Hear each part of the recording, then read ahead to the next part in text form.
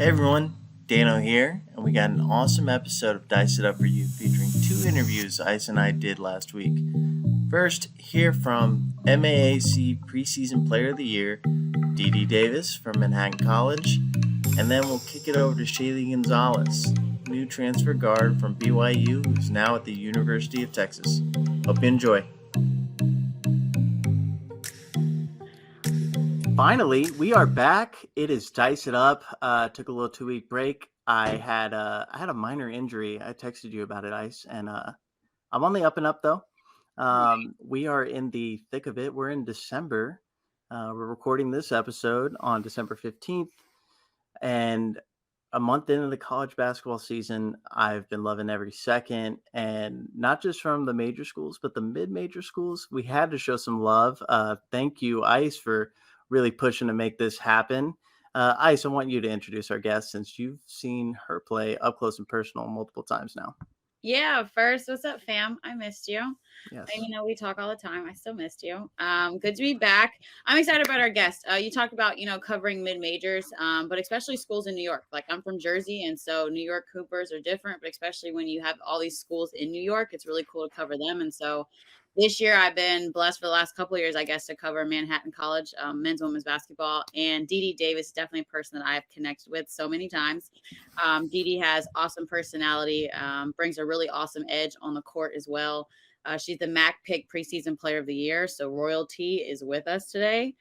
And I'm just so excited to have her here. I feel like I chat with her all the time, but never like really on camera. And so this is kind of cool for us to connect through our podcast. So Dede, thanks for joining us. Absolutely. Thank you both for having me. It's really a pleasure. I gotta say, Dede, one thing I do love about like your game and watching is it gives me confirmation that the mid range is not dead. Like mid range goddess is in the upper part of Manhattan right now. I can say honestly that mid range was never part of my style. I loved watching James Harden play in the Rockets, but you're bringing it back, and I love that. What is it about like pulling up from, what gives you the confidence to just pull up off one dribble or hit a step back to go right in the mid range? Because I feel like not many people really utilize that shot anymore. Yeah. Well, for me personally, I have torn both of my ACLs before, and so in the earlier stages of my basketball career, I was not. I was like, I'm not going to shoot the ball. I'm not going to shoot threes. I'm not going to shoot mid ranges. I just want to ensure that I can get this ball in the basket. So I was more of a layup, a driver kind of guard, which I would argue that I still am. But I would argue that because my body has really been through the ringer and a lot in terms of taking contact and injuries and whatnot, I really started to explore the 17-foot the mid range game. More as my game has progressed in my college years. So it was really more of a caution thing. And then it started to go down and it started to fall. And I sort of said to myself, I'm like, okay, this is working. So I sort of added that to my game. And I obviously love to get to the rim as well. Still obviously embrace contact. My coach says I sometimes look for contact a little too much. But so I would definitely say that it stemmed from me just not wanting to get so deep and not wanting to be among the trees all the time. And so, it really started to work for me. So I just wanted to implement that as something that was automatic in my game, really. I feel that I was always afraid of contact, so I can't really relate. Ice, did you have something similar? Like when, you messed up your knee, tore your ACL, did you feel like you had to change like your style and approach to your game? No, 1000% what Dede said. I think, like when I graduated, high school, I was known as a slasher. I could score kind of every which way, but I really was good at like floaters and getting to the rack. And then, yeah, at a certain point, you just get tired of getting hit, and you just realize like these hits add up and they also add to injuries, and so became more of a shooter. That was also because I was at Syracuse and like, we led the country in 3 shot per game. But no, definitely. Like nowadays, I don't even go in for a layup for real. Like it has to be like a transition outlet. Okay, one dribble, nobody's here. Otherwise, like I'm pulling up or it's a pull up 3. Like I'm not even Nice. I'm not Headband even nice. messing around. Yeah, I'm not even messing around in there. Like you're not hitting me because I'm gonna get mad that I got hit. I'm gonna get mad that you hit me. when I could have just pulled up and knocked down the jumper and called it a day. Like life can be so easy, and sometimes we decide to make it hard. So no, Dee Dee definitely has mastered the mid-range game as well as transition, right? I love watching you in transition. I want to talk about more so your team right now. Like you have grown to be a leader on this team. You mentioned the 2 ACLs that you went through, the sticking it out at Manhattan, playing several years. Obviously, with the COVID years and graduate years, you've got some extra years under your belt. How do you feel like you've grown as a leader for this team? I want to say, too, I feel like a lot of the times we look at the best players of teams, or one of the best players of teams as the leader automatically. And sometimes personalities are always like a leader personality. Sometimes you are just the best, but you're not necessarily a leader. So where do you feel like you've grown in your last 6 years at Manhattan to be able to get there? Yeah. So in the last, it's 5 now. This is my 5th year. I would think that I came in with that mentality, like, okay, I know I want to be the best, but I don't really know about the leadership side of it. Somebody can handle that and put in all that dirty work and be the one that people talk to and open up to and be the one that does the extra things before practice and sets things up and does the curfew checks and all the things that people have no idea go into a leadership role for a Division I women's basketball team. But I will say, just having teammates who were just natural, wonderful women in Courtney Worley. I mean, I was talking to her last night. I talked to her so much because not only is she a big sister to me, since before I got to the school on my visit, I remember, oh, this girl is a leader. Like, I don't even know, I haven't even seen her play yet, but just on one of my visits, I was just like, she's the one that people are going to when something is wrong and people have something to get off their chest. And she's the one that's communicating with the coaches. And so I agree with you. It definitely doesn't always correlate, best player equals leadership role. But I think that it's something that I fortunately grew into because I had so many wonderful leaders around me with the likes of Courtney Worley. And so over the years, I was able to just add certain things that she's left for me, certain advice that she's gave to me, which she still does. She's still leading me, and we're not even on the same team. That I definitely have grown into a leadership role throughout the years because of those who've come before me. That's powerful. It's needed. I think, your coach, Coach Heather Voland, does a great job of just recruiting culture. I think a lot of people talk about it. A lot of people want to be about it, but the same people she gets almost every year. Like it seems like they fit the role on the team, but they're also their personalities fit and their culture fits. And so that's what you want as someone like a Courtney Worley to leave a program and then leave behind not only her basketball legacy, but a legacy of leadership, right? That you can take on. How are you guys doing this season? Kind of give us an update on just where you guys are at, where you feel like you can grow and get better, and maybe some bright spots. So no matter if we won the last 5 games or we've lost the last 5 games, we're always going to say we need to improve. Mm-hmm. That's a mentality that our coaches have instilled in us from day one. And, we're proud of that. We're very happy to embrace the challenge. I mean, our coaches set the bar for us here from day one, like you're going to meet it or you're not. And if you don't, that's on you. Yeah. So we really have no choice but to meet the expectations that's placed upon us from day one, the expectations that was placed upon the seniors before us who have left that legacy. Okay, this is a winning culture. So I'd like to think that we're in a good space. We're obviously continuing to grow and figure each other's games out because, I mean, our starting lineup right now, I think that Bella, the sophomore guard, I love playing with her. She's phenomenal, but she's someone who didn't necessarily play a ton last year. So it's also, her and I trying to get on the same page, see where she's. Petra, who's a gazelle, she's phenomenal. And I also love playing with her as well. But she also had Courtney to help her out in a lot of ways. So it's like, when you take out certain pieces and now there are underclassmen who really have to step up and show what they're about. I think Ann Bear, a freshman guard from Pennsylvania, she's as quick as, I think she's faster than me. I would say, yes. If you ask me, and she's phenomenal for us. She's coming in, she's doing the right things, she's making the right plays. And then our upperclassmen, Emily LaPointe, she's been solid. Like if there's one word that I use to describe Emily, it will be solid. And she has been solid. She's our tough, gritty person. She goes to battle for us every single day. So I'd like to say, I'd like to think that it really comes down to us all putting our pieces together. Like we know, okay, I can do this, Bella can do this, Petra can bring this to the table, but it's not going to work if it's just me doing this person doing this, that person doing that. It's about leaning on each other, relying on each other. So I would say we're in a pretty good space right now. We're obviously still figuring a lot out, but it is conference play. And I would say that we are much better now than we were say 4 or 5 months ago.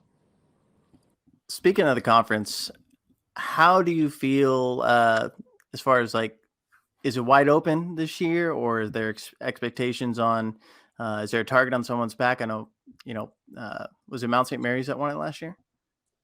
Mount St. Mary's was actually in a different conference. They're new. Oh, yeah, that's right. Yeah. So I'm Come really on, Dano. play them next.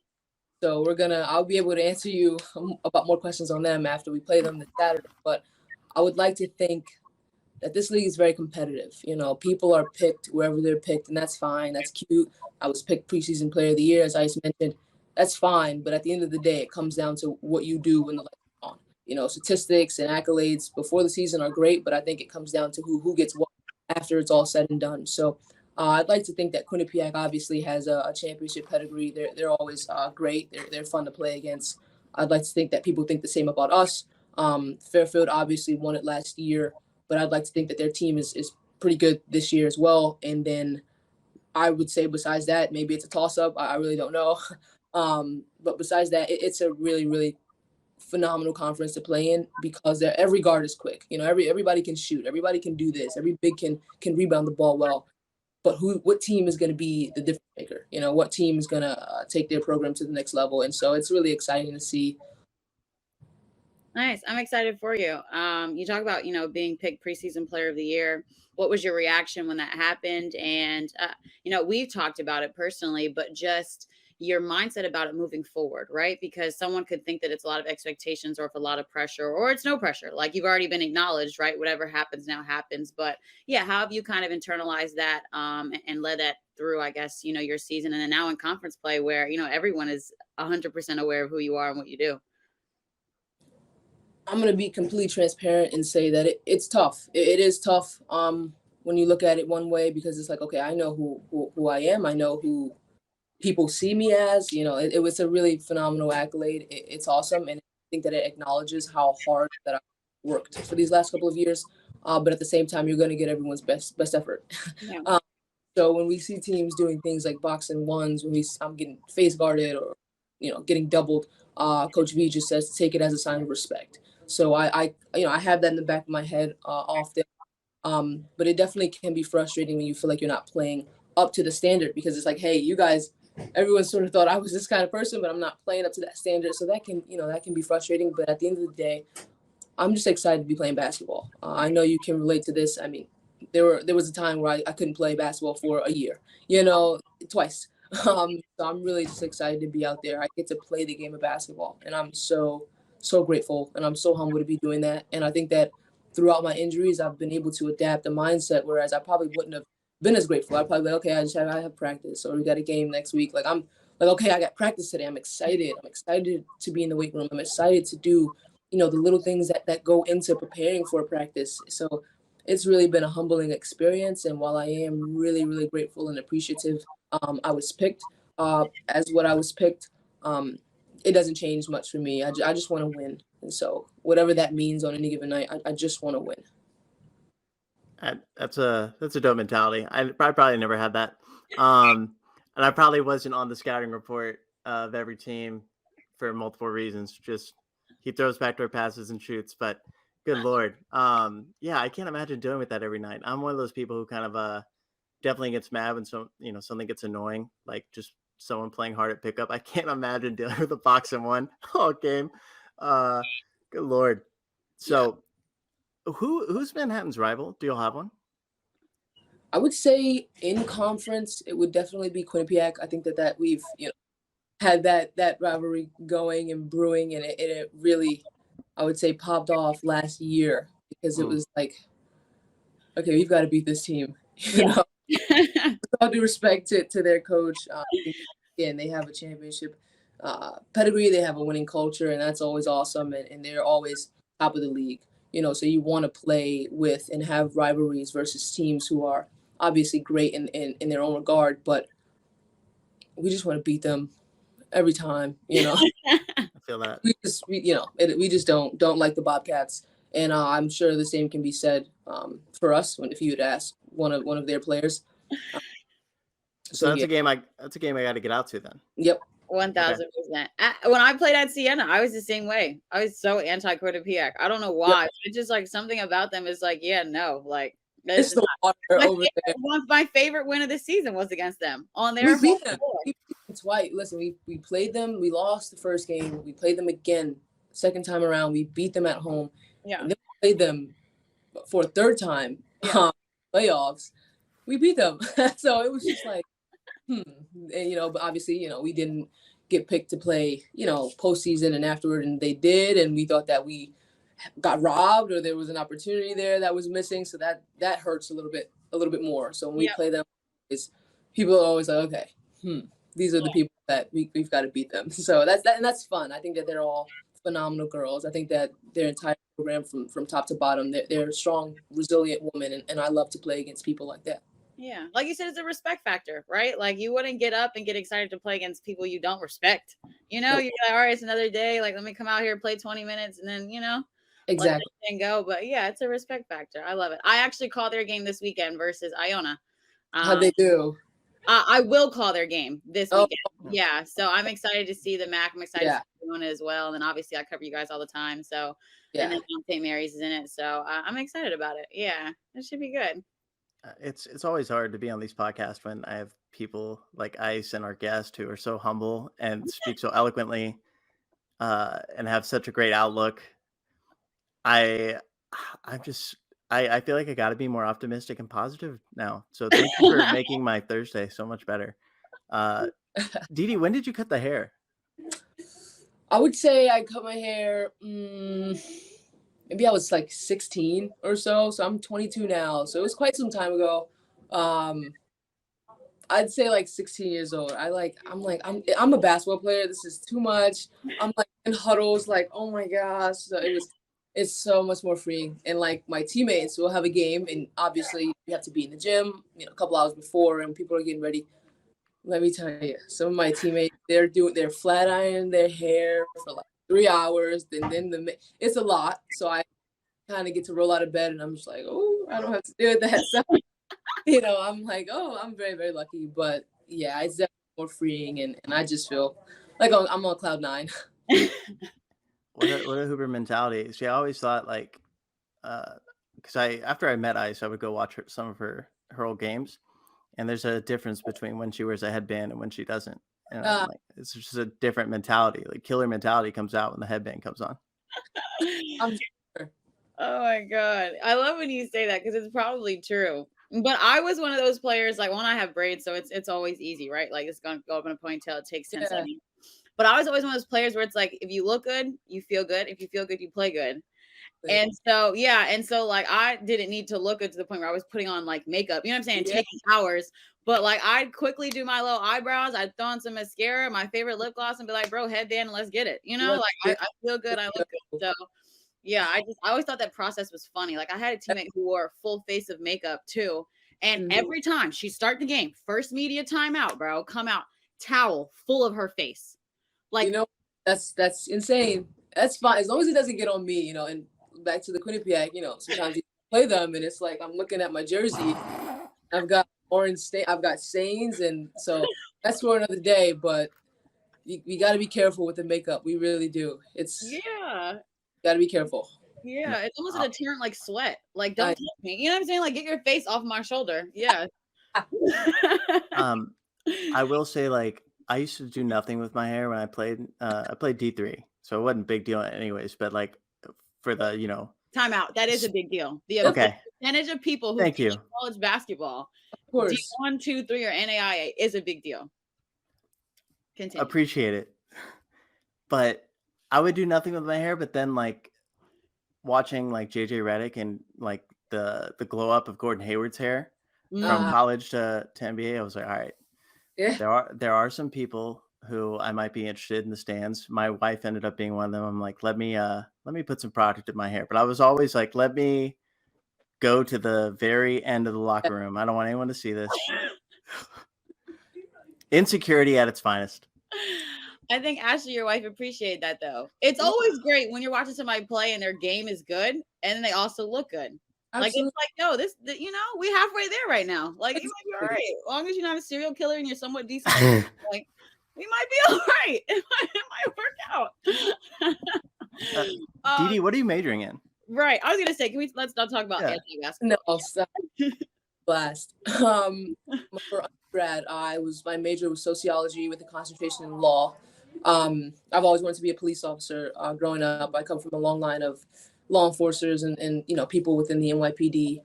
So that's very near and dear to my heart. And so in my grad program, I'm now focusing on a master of art in organizational leadership.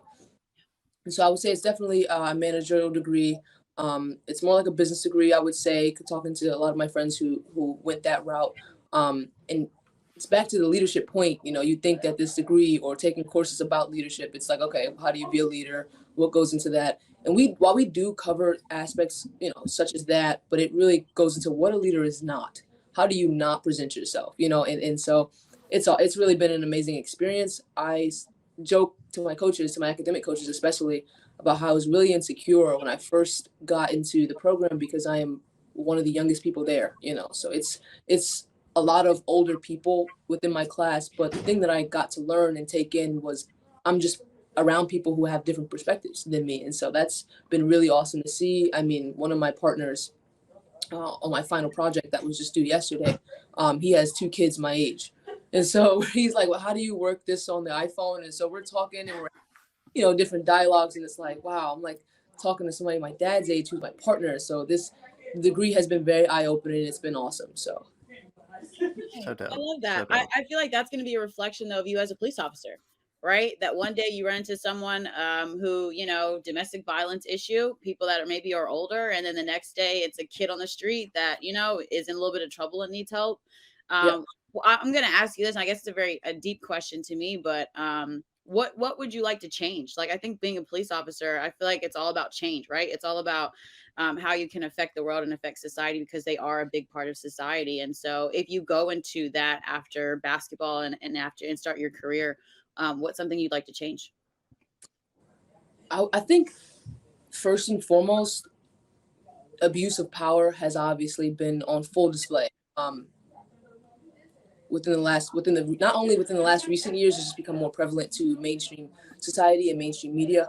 But I think that controlling power is very, very important. I think that to walk around with a weapon, to walk around knowing you have some kind of authority over, just your everyday regular civilian is very important. I think that people can get a little too happy with that amount of power and with that amount of authority. So I definitely would love to see more of a change in the dynamic of, okay, well, I have maybe a little bit more power than you, but at the end of the day, we're still human beings. So I think that that's something that I would definitely emphasize once I get out into that field. And, as of going back to your leadership point, when I love this topic of leadership. I really do, because it's what I'm studying. I'm actually interning for this real estate investment firm in the city. And it's like being a cop, one trajectory that I can see my life going, leadership is so important. But as I intern for this real estate investment firm in the city, I go there, and I was just there last night, and I'm like, leadership is so important here too. And I was with the legal team yesterday, and it's like they emphasize the same things that my program emphasized. So it's just really just nice to see what my degree being useful. Yeah. A lot of people, don't have that experience, fortunately, but it's been an amazing experience, not only studying and taking classes and getting insight within the NYPD field, but within this real estate investment field. It's so cool to see how they correlate and how, I can definitely bring over even leadership skills from basketball into those 2 different worlds. Absolutely. I love it. I read a book. You read a book? You read a book? I've read a lot of books. I'm a big reader. Good for you. A lot of mostly around basketball, but there are certain things that I do love about stories in history, or I wouldn't say self-help books, but I did read about like having a growth mindset versus a fixed mindset. And it's something I try to do all the time, but I'm obviously not very good at it. But like just hearing you talk, it's like some of the empathy you show, always looking optimistically. It's like very evident there. So I'll buy all the stock in Dede Davis available. Thank you so much. Absolutely. Thank you. I just want to say, knowing you, but also knowing what you want to do. I think that you're on the greatest path to do it. I think just being a hooper, being a young black female in this world, understanding what you possibly could do in the future, and how your experiences now can shape how you lead in the future. And so I just think that's super important. Kudos to you for knowing that. I tell everyone, like, when I was in college, I didn't know I wanted to be a sports broadcaster. I didn't find it out till like my senior year, and it took me some Right. time.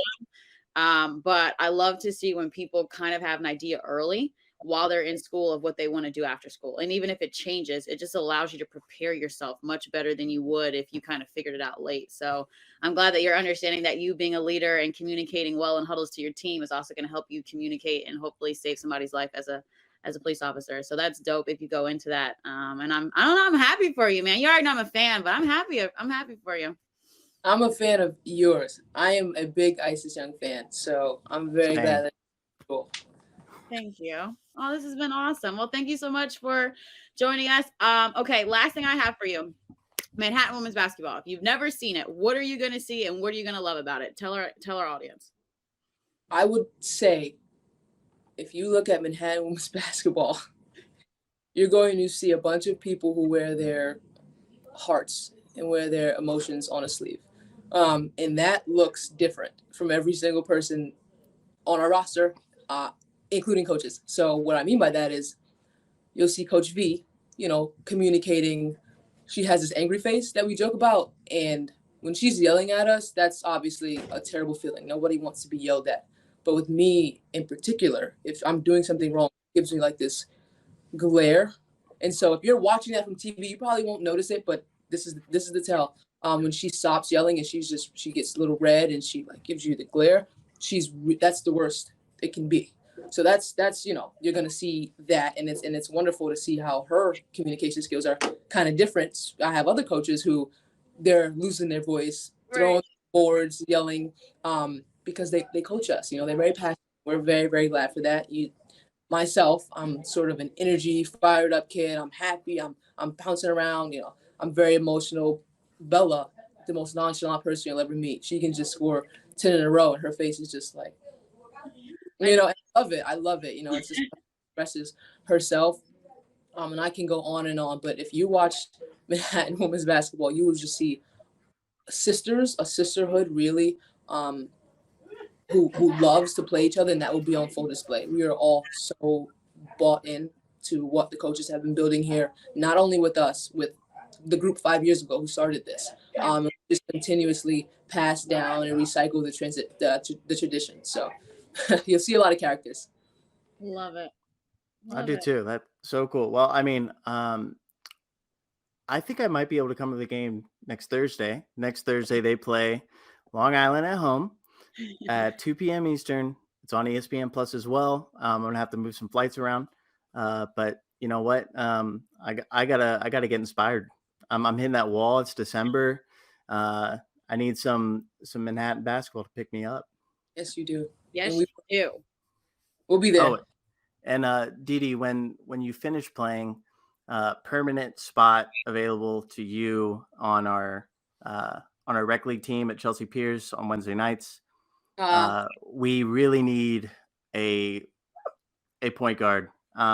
We got Asia McCray from Sacred Heart filling in sometimes, but we need a true point guard real bad. My fiance actually, I think she does gymnastics down there. So while she's doing that, why not? Why not? Exactly. You don't even have to pay. We'll take care of it. We need a ringer. Okay. Dano has been recruiting for this team since I've met him, like months ago. And he's trying to get me to go. I'm like, Dano, I can't. I just tough schedule. But I'm glad he's still at it. He seriously cares about winning this league, and I support it. And also, I need I hate being guarded by like the best players because, like I said, I don't like challenges. I'm like, why is this person all over me? But yeah, I mean, like I offered to pay for Ice's like Ubers. I'll get her a hotel. She can stay in my guest room if it's not ready. I would offer the same price. Whatever. That's what I'm talking about. You need a point guard. I'm more of a shooting guard these days. Yeah, but in rec league, you literally can play all five. You know what I mean? That's true. This is true. They can't touch you. This is true. Can't touch you either, Dano. Well, thank you so much, Dee Dee. I'm definitely gonna do whatever I can to make it Thursday, and I obviously will be talking to you, Ice. And hopefully, Ice, are you calling any more Manhattan games in the near future? 1000%. I'm all over the schedule, so she will see me soon. I'm excited about it. Again, it's one of my favorite schools to go to and broadcast at. The crew is great. Both teams, men and women's, are great, and the coaches are great. And obviously the players are second to none. So, Dee Dee, thanks so much for joining us, fam. It's so good to see you and talk to you on here. Everyone, if you don't know where to follow Dee Dee and support her, she will give you her social info and then catch up with her in the season. Absolutely. My Instagram is Dede Davis _1. So I don't really have Twitter. Follow Manhattan Women's Basketball for that, and you'll see me pop up here and there. But thank you both so much for having me. Absolutely. God bless. Bye. Bye.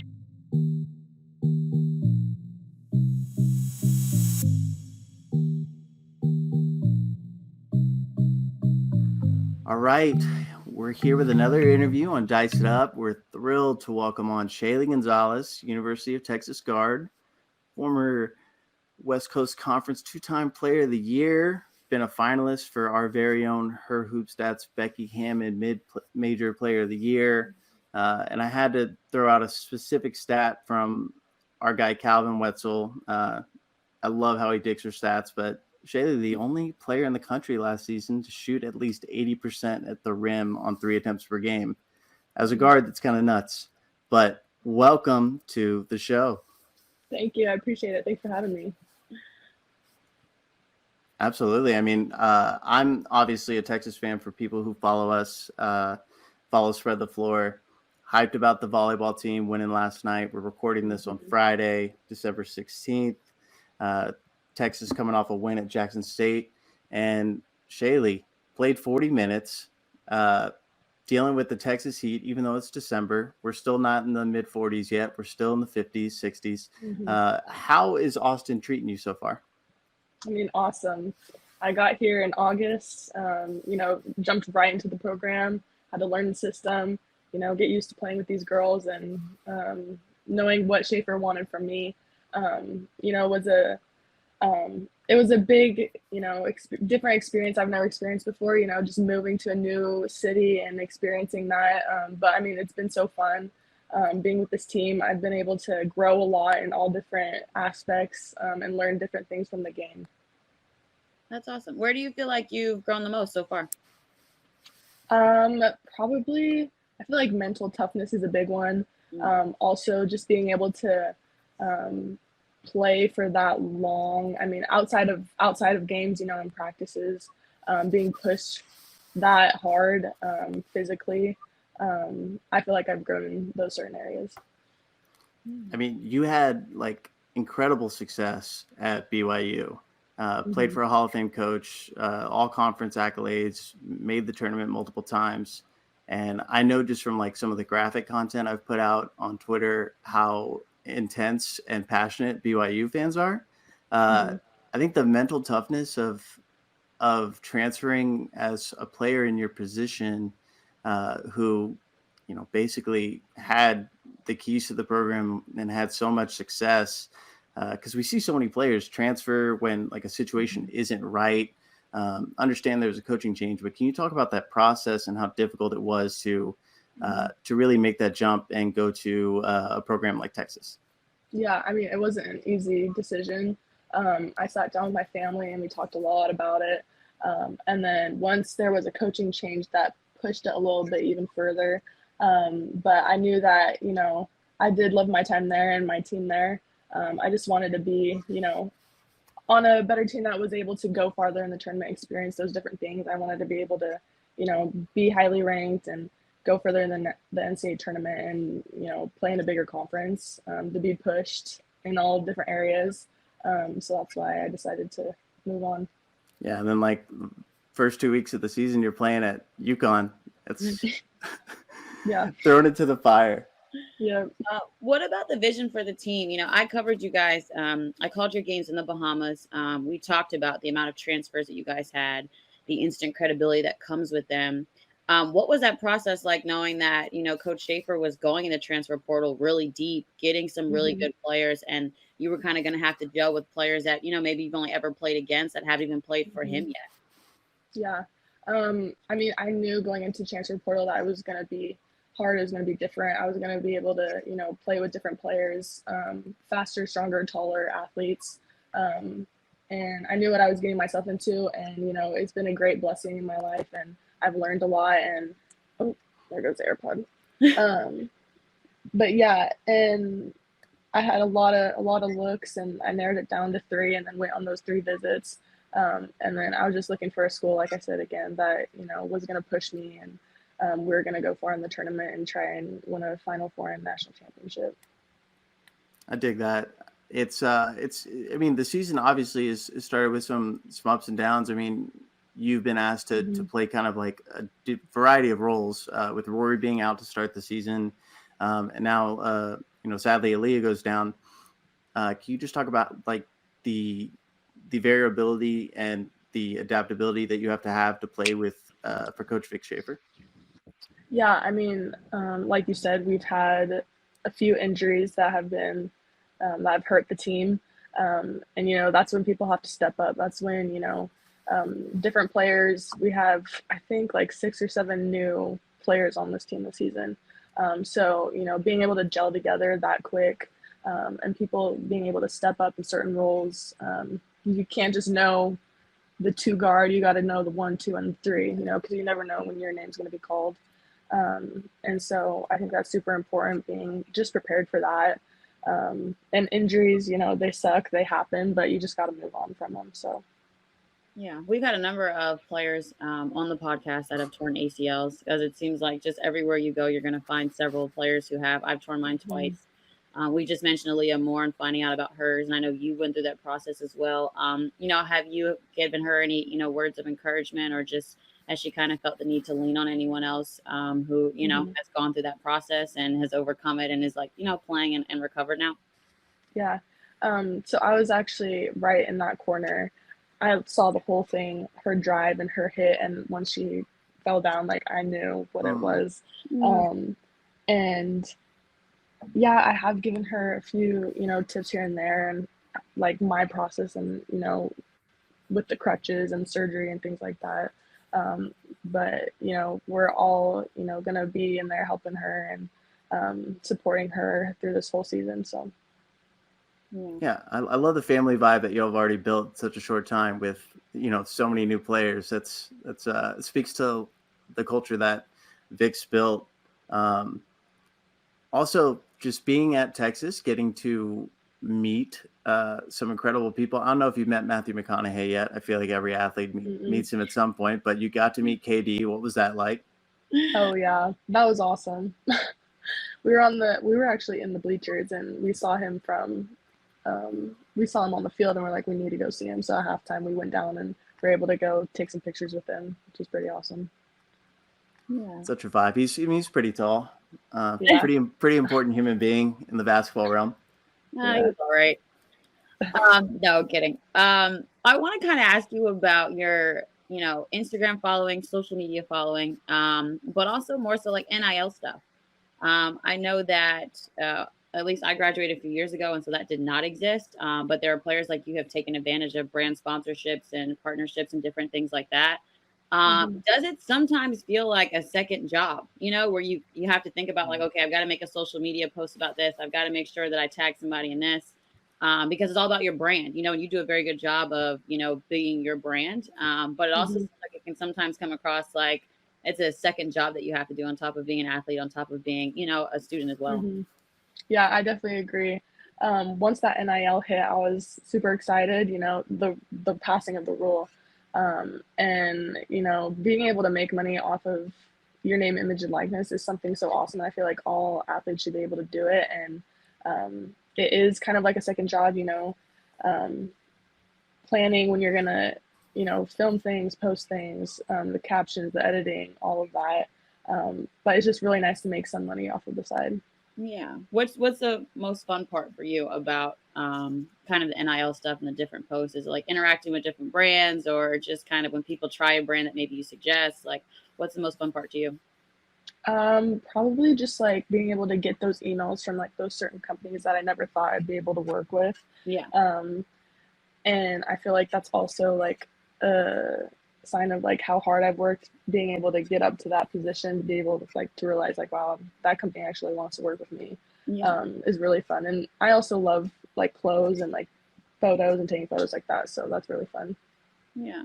Love It it. was always so funny. Like having to download the BYU TV app and then seeing the same, I forget like which credit union or whatever it was. And then you and Alex Barcelo just in the commercial. I mean, you know, the app was something that I download like once every basketball season, but so, oh, there's Shaylee advertising on a credit card. Proud of her. Yep. I remember making that commercial. It took a while. All right, Shaylee, you're in Austin. Austin's known for their breakfast tacos. Do you have a favorite spot yet? Do you eat? I don't know your dietary restrictions. My wife's a pescatarian, for example. But if you do eat breakfast tacos, do you have a favorite spot yet? For breakfast tacos, I don't have a favorite spot, but I do have, oh my gosh, a favorite spot for just like tacos in general. Cabo Bob's, like 5 minute drive.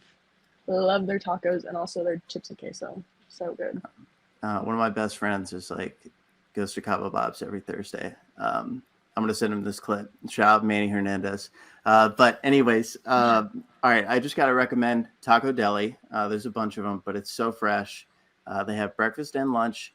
We need to tag Taco Deli sponsor Shaylee. Sponsor the team. Get tacos everywhere. Yes.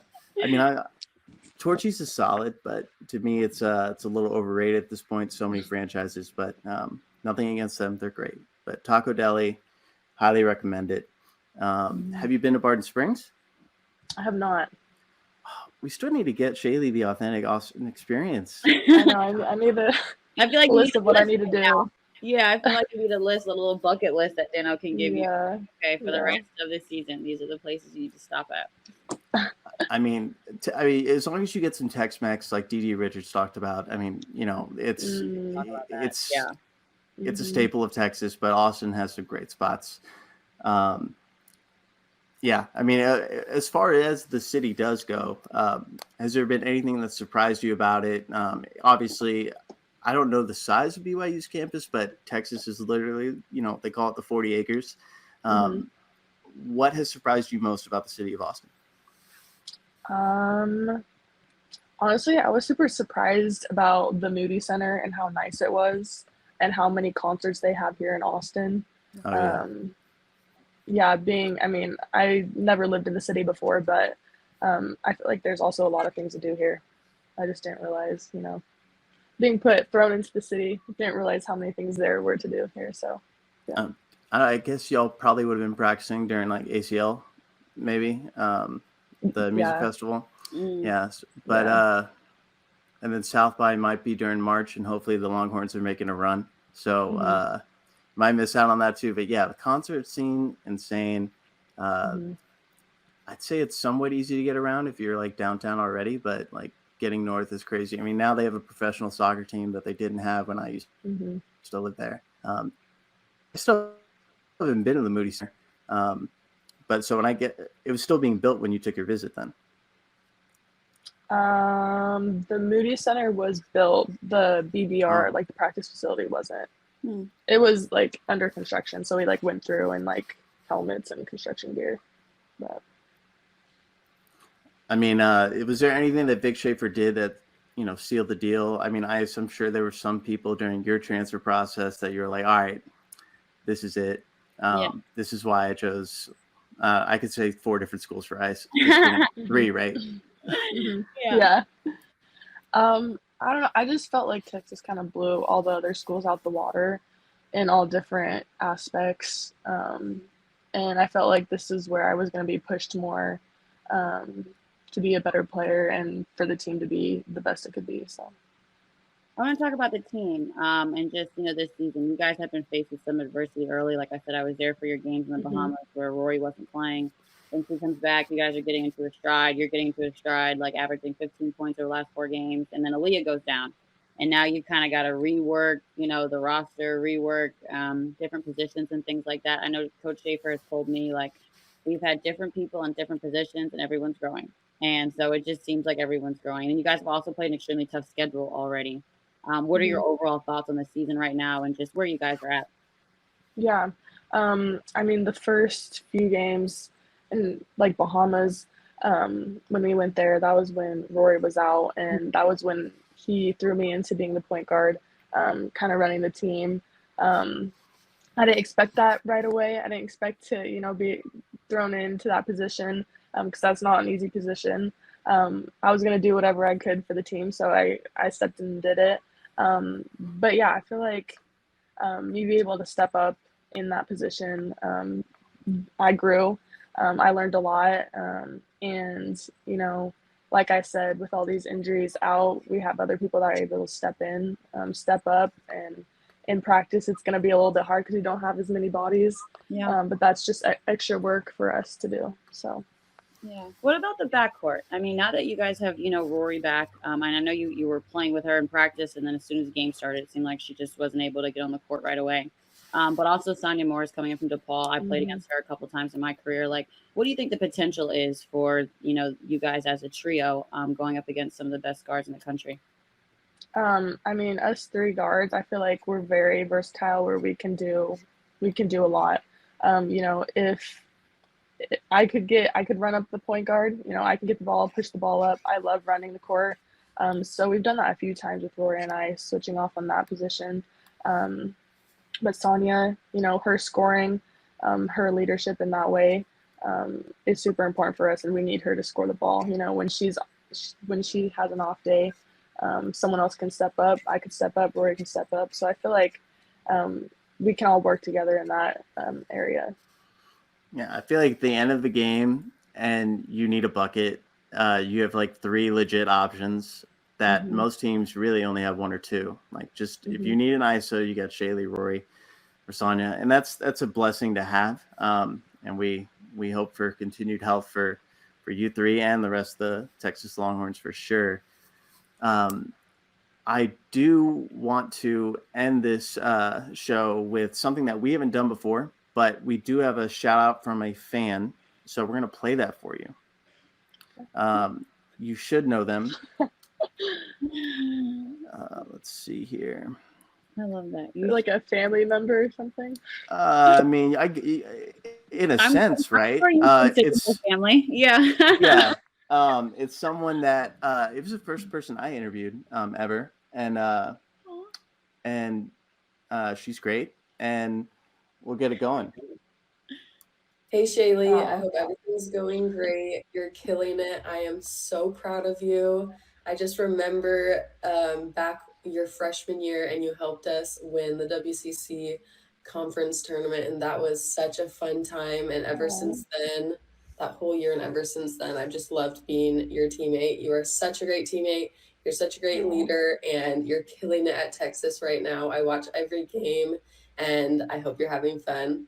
Love and miss you. Bye. Aww. That was awesome. Thank you. Yeah, no doubt. Shout out Paisley Harding. Oh. Sorry, I had something playing on the background. Anyways, Shaylee, wow. Incredible time talking to you. I'm actually blessed enough to be going to the game this Sunday against USC. So we'll probably, I think, run this on Monday. What can we expect from a showdown with I mean, did you ever play USC at BYU? I have not played them. Okay, well, you're going back to Dallas, which you're familiar with, obviously. Yeah. So, what can we expect from the Longhorn team? Can we get a prediction? Obviously a win. That is the end goal. Very competitive, aggressive game.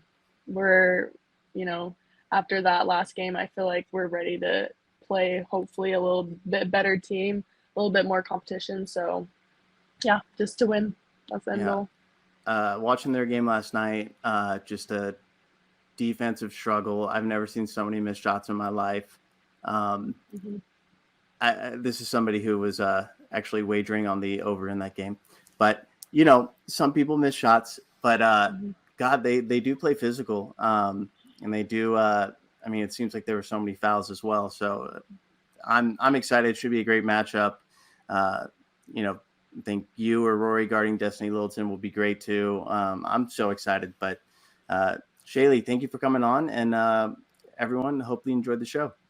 Yeah, thank you for coming. Good luck this season. Stay healthy. And we are rooting for you guys. We actually really like your team and not just saying that because you're Awesome. Thank you guys so much. Appreciate it. Of course.